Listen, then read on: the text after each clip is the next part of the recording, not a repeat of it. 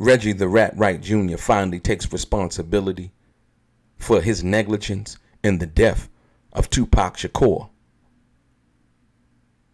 This is groundbreaking. Let's get into some of the straight game. Life is like cards. It's not what you dealt, but how you play it.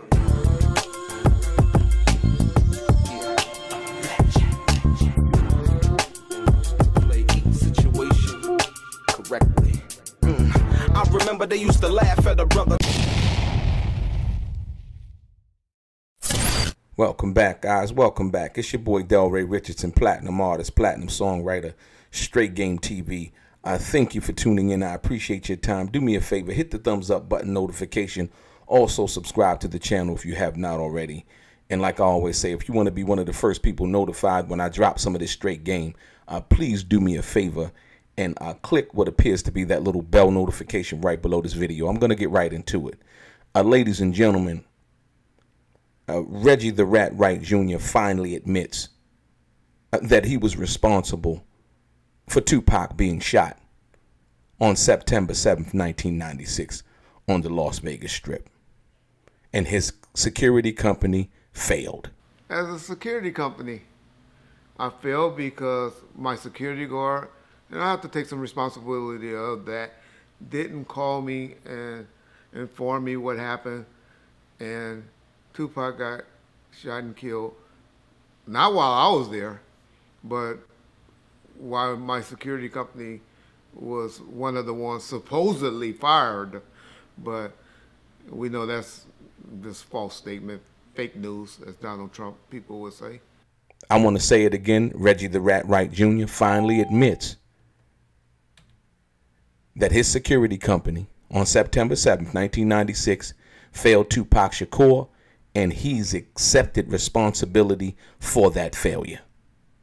As a security company, I failed because my security guard, and I have to take some responsibility of that, didn't call me and inform me what happened, and Tupac got shot and killed, not while I was there, but while my security company was one of the ones supposedly fired. But we know that's this false statement, fake news, as Donald Trump people would say. I've been trying to tell you guys for years,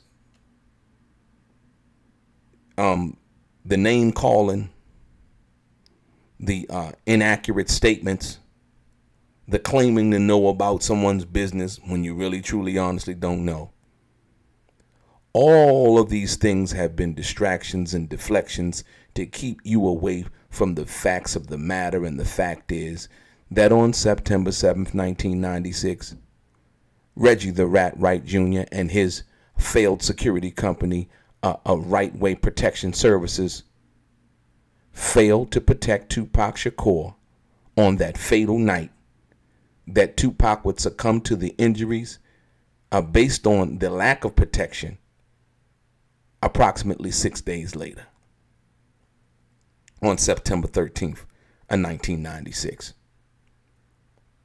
The reason why this is so important, and like I said, there's been a lot of players, there's been a lot of rumors, there's been a lot of misinformation, and Reggie the Rat Wright Jr. and Gullible John over at Bomb First have been the ones mainly disseminating this information to keep you away from what actually should be focused on.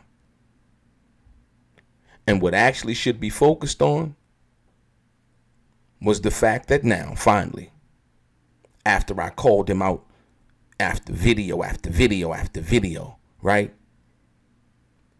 He's finally admitting that he was responsible. His security company was responsible, but he keeps on trying to deflect and say that his security guard didn't call him, right? And that he wasn't there when Tupac got shot, meaning physically there in the car, in the vicinity, right? Well, one must truly understand that you are the head of the company. It is your job to know what's going on. It is your job to make sure that everything is running according to the best that it can be ran at that particular time. And that simply was not the case. Suge Knight, when Suge Knight, I played the video, when Suge Knight said that he asked Reggie the Rat Wright Jr. to send 5 more security guards, y'all might have heard that part. But Suge said something before that that was even more important, if you will. Suge said, I had two of the toughest guys on Tupac, but Reggie pulled them off of him. Those guys, if you go back and watch the film, they was already stalking Pac, like watching him. So that just tipped the iceberg when something happened. But there was a plan already to do something to him. Yeah. And that's why, like I said, I had 2 of the toughest guys for him, and Reggie pulled them off of me. It didn't have to happen. I told him to send 5 guys from the club to there, and they never said nobody. I'm going to say it again, because I don't think y'all really listened. You know, sometimes you can listen to what somebody say and hear the one part that you want to hear, and, you know, sometimes glaze over the other part that might be a tad bit more important. But Suge Knight said, yeah. And that's why, like I said, I had 2 of the toughest guys for him, and Reggie pulled them off of me. It didn't have to happen. That's why I had 2 of the toughest guys on Pac, but Reggie pulled them off of him. See, he has yet to deal with these factual statements made by his then boss, Suge Knight. But he has finally come out and admitted that he failed Tupac on that night. His security company failed Tupac on that night, and failed Suge Knight, and failed Death Row. And so when we talk about this, this is very important, because there's been nobody that's actually come out and admit to anything involving the failure to do what they were supposed to do involving Tupac. We've had Keith D come out and admit his part that he played, right? But Reggie the Rat Wright Jr. has finally admitted it. And like I told you before, that's negligence. That's negligence. And once again, factually speaking, there is no lie when Yasmin Fuller put out this fax and Frank Alexander said that he got the fax. Frank got the fax. The guy at Death Row Office's security, who was the office manager at that time, got the fax because he told Frank about it. And best believe Reggie the Rat Wright Jr. got the fax also. That's why he pulled the security off of Tupac in Vegas that night. But what Reggie the Rat Wright Jr. forgot is that he was ultimately hired by Death Row. Right? And therein lies the failure. Because when Suge asked him for the 5 more security guards, he was supposed to send them, but he didn't. And like I said, if you focus on what Suge said in regards to, Suge said it. I'm going to say it one more time. Suge said, that's why I had 2 of the toughest guys on Pac, which would probably be Michael Moore, who admittedly had a gun, and Frank Alexander, who said he had his gun, but his gun was in the car. Right? And Suge Knight said, but Reggie pulled them off of him. Meaning Michael Moore. Frank Alexander was still there, but he couldn't take his gun into the MGM. You can't go into the MGM like that. You know, you go into the fight. You can't go in there like that. Yeah. And that's why, like I said, I had 2 of the toughest guys for him, and Reggie pulled them off of me. It didn't have to happen. So I can understand why Frank wouldn't have his gun on him. And furthermore, Reggie the Rat Wright Jr., his security company did not have gun permits to be able to have guns in Vegas where you could walk around like that. There's a law where you have to, get permission if you're going into another jurisdiction, you know what I mean? And you roaming as a security, there's something you have to go through the police and all of that. And Reggie the Rat Wright Jr. and his failed security company didn't do that. I've been trying to explain this to you guys. Like I said, once again, All of the other name call, all that other stuff, that's not important. That's deflections. You know, that's trying to tap into your little comedy, your comedy DNA. Ha ha ha, chuckle, chuckle, yeah, laugh, laugh, laugh. Right. But what's more important is Reggie the Rat Wright Jr. has finally admitted he was responsible for the protection of Tupac. And he failed, and the security company failed. And like I said, it is without a doubt documentation of facts sent Frank. So why would, this is the key, why would Frank Alexander admit that he thought that he was fired? Frank was telling the truth. He was like, yo, the guy at the office told me, Tupac firing you, right? And Frank said he went and asked Tupac, he's like, yo, am I fired? I'm fired? And he told him what happened. And Tupac told him, nah, you going with me. He was firing Reggie the Rat Wright Jr. security company as his personal security because Reggie the Rat Wright Jr.'s personal security company used to roll with Tupac. I've seen him do it. I've witnessed it with my own eyes. You see what I'm saying? So I know that what Tupac meant and under what circumstances he was talking about in regards to that.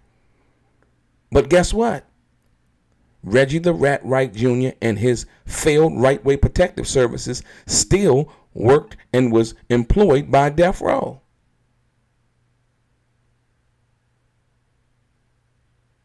And Suge Knight said it so eloquently as anybody could say it. I had two of the best guys for Pac that night, but Reggie pulled them off of him. You've heard Michael Moore say that. You've heard Frank Alexander say that. You've heard Suge Knight say that.